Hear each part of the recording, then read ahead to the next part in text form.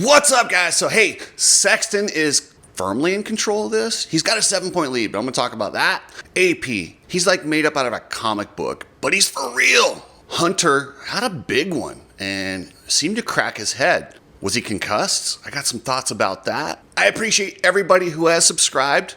I will ask you, just double check. Make sure if you are choosing to be subscribed, make sure you're still subscribed, because I keep getting texts and emails that it is unsubscribing you for no reason. So if you want to double check that, I would appreciate it. And if you're not subscribed and you want to, I would appreciate that too. So let's get into Redbud 450. You need people like me so you can point your fucking fingers and say, that's the bad guy. Just when you think Redbud can't get any bigger last year, this is the biggest, wildest crowd we've ever seen at this race. July 4th, it has to be the best crowd of any American race. They didn't seem to care that Jet Lawrence wasn't there. They had their guy, Chase Sexton, and they cheered him. So the press release, when I put that Jet thing out the other day, it said out for the motocross season. So he's planning on being back for SMX or Super Duper. If I'm in that camp, I wouldn't rush it. The kid's young. You don't want to mess with a thumb injury. Those can linger.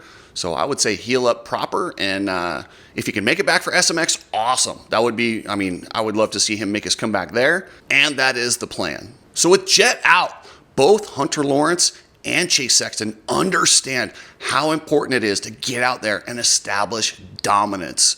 There's a whole new opening. It's a two-man battle for this championship, unless something crazy happens. That first moto, Hunter really wanted to establish that, hey, Jet's out, but I'm taking the mantle. And he was pushing almost harder than I've seen him push in a long time. And Sexton knew this. Sexton did not want him to gain that confidence, gain those extra points, because that would have been 6 points heading into the second moto.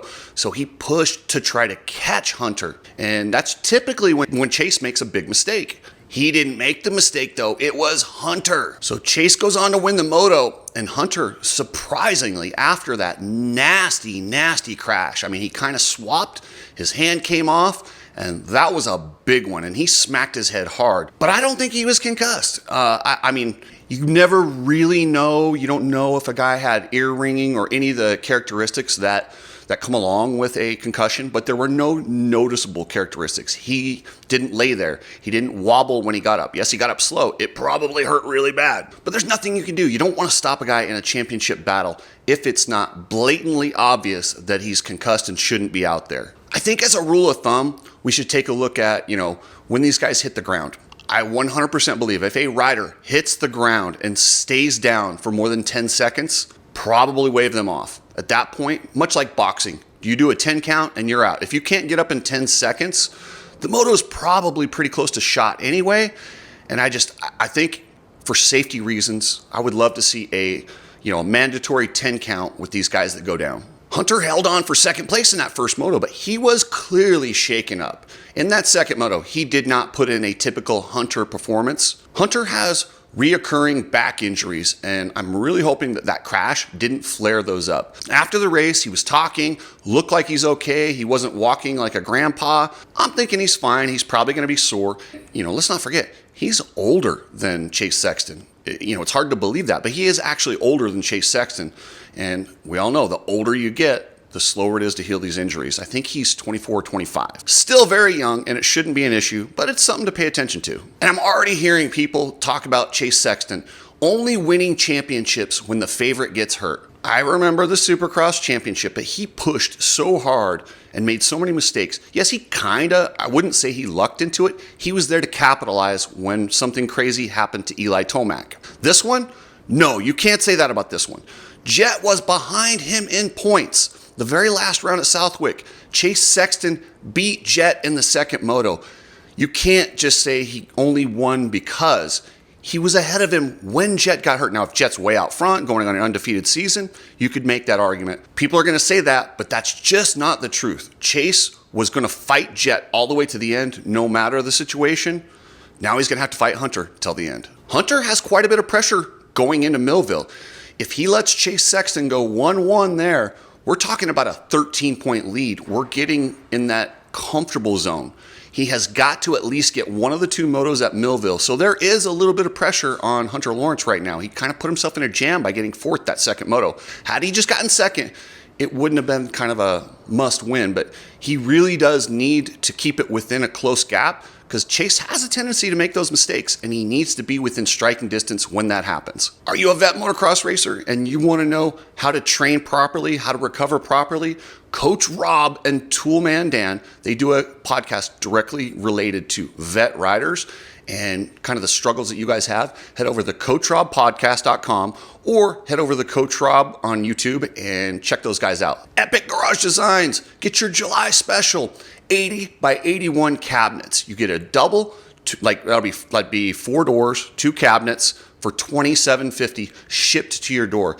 These things are beautiful. They're very easy to mount up. They mount right to the wall and they will hold a tremendous amount of weight. Each shelf holds upwards of 200 pounds. Head over to epicgaragedesigns.com and get those ordered. Aaron Plessinger. So word was that he was sick, but if there's one race that Aaron Plessinger is not going to sit out, it's Redbud. If you designed a video game and you said, let's make a character to represent each track, Aaron Plessinger, how he is, how he looks, how he talks, he is Redbud with the mullet, the American flag.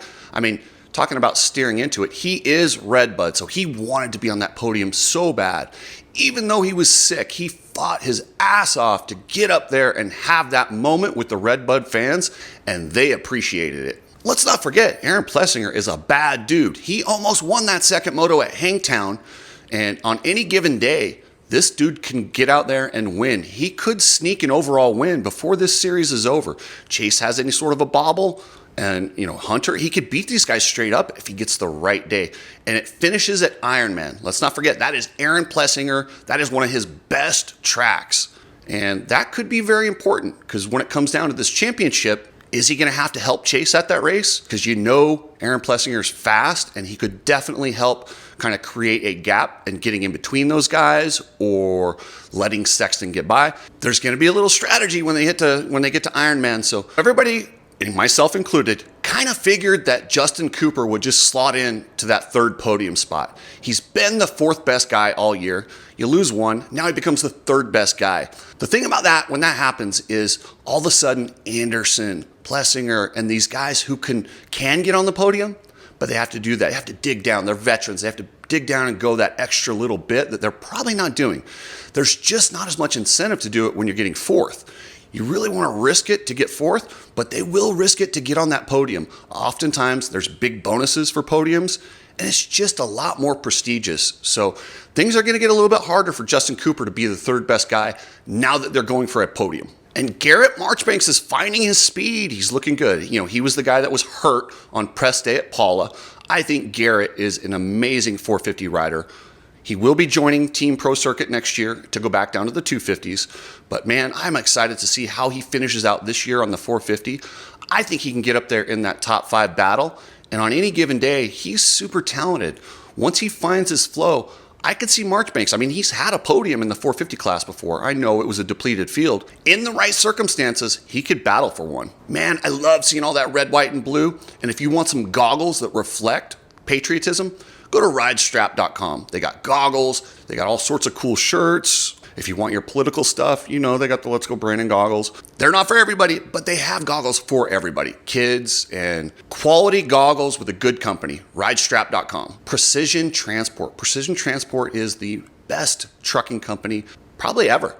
They have customer service. And if you've dealt with trucking companies, that's not something they hold in a high regard. Precision Transport is family owned. They love the sport of motocross. So support pretransport.com. Club MX used them and they had a great experience. I was kind of disappointed with Brock Tickle. Brock Tickle has been a staple in motocross for a long time. He's been retired for quite a while, but he's been a test rider. A lot of times when guys take over as a test rider, they almost get better. They learn different things.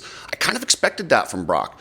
But to go out there and finish way back like he did and get beat by guys like Grant Harlan, I did not expect that. I had Brock Tickle 5 and then probably not going lower than 10th. He has to be disappointed with that. I was disappointed with that. he will be back at Budds Creek, and hopefully he can kind of regroup. And now he kind of, I mean, he's been out for a while, so he probably sometimes it takes a minute. Australian sand rider Kyle Webster. Dang, this is not a sand track. Yes, there is some sand on Redbud, but he rode his ass off out there, and he battled, ended up 8th overall. Good on Kyle Webster, the Australian. I mean, everyone counted on him at Southwick, but clearly this guy's just good. It doesn't matter the conditions. And speaking of Grant Harlan was good last year. That's how he earned the national number 23. And then he had that horrific accident at Des Nations that could have been career-ending. I believe he broke his pelvis, and I mean, it was nasty. Took him a long time to come back. He started racing Supercross. He was going to race himself into shape, and it's taken a little while. But man, he's doing really good. He's getting up there, running up front, and it's nice to see a guy come back from that. I think Grant Harlan's one of the good guys in this sport. Also, hey, he's sponsored by Lightning Rod Energy, as am I. Maybe it's that Lightning Rod Energy, providing energy out there. I don't know. But anyway, Grant Harlan kicking ass out there. It's nice to see one of the more likable privateers finding his form. Thank you guys. I'm going to drop a quick plug in here for my MMA channel. If you guys like UFC, Power Slap, or any, combat sports, I drop a little of my insight on that. There's a crazy video about Conor McGregor, and dude, it's alarming the things he's being accused of in Ireland. It's worth a watch. So anyway, thanks for the support. I appreciate it, guys, and I will catch you later.